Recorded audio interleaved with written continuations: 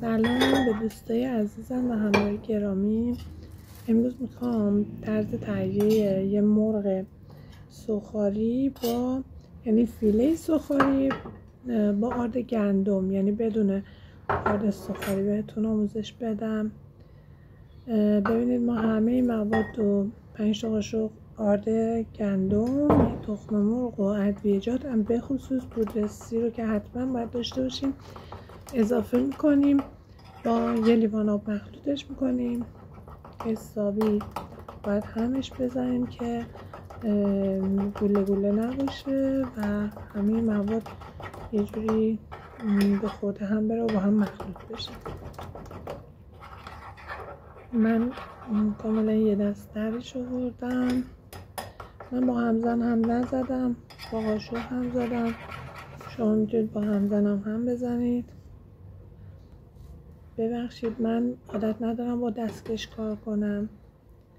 مرغا رو به اون مواد اون اضافه میکنیم، حسابی همش میزنیم تا مواد به خودش بگیره سینه مرغ. البته اگه سینه مرغ باشه بهتره، شما از رونم میتونید استفاده کنید، منتها باید دیگه بدون استخونش کنید. بعد اون مواد که ریختیم میذاریم کنار. مواد بعدیمون یعنی آرد گندم و زردچوبه رو با هم مخلوط میکنیم. این مواد رو میغلطونیم توش و حسابی با هم مخلوطش میکنیم.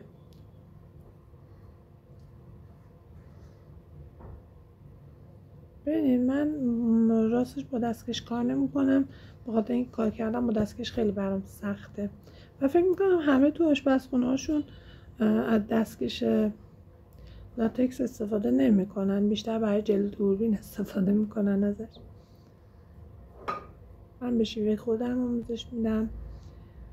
این مواد که همه رو تو آرد گندم و زردچوبه هم غلطوندیم میذاریم کنار.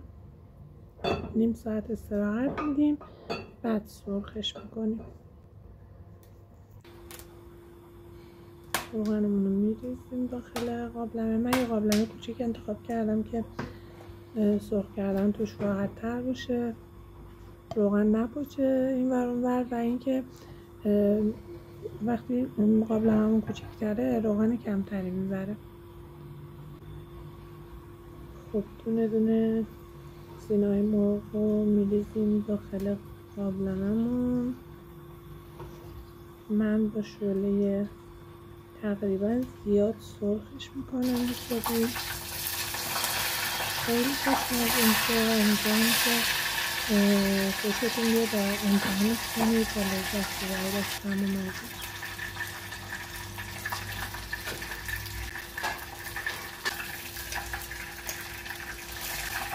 من حالا برمی‌دارم فیله هامو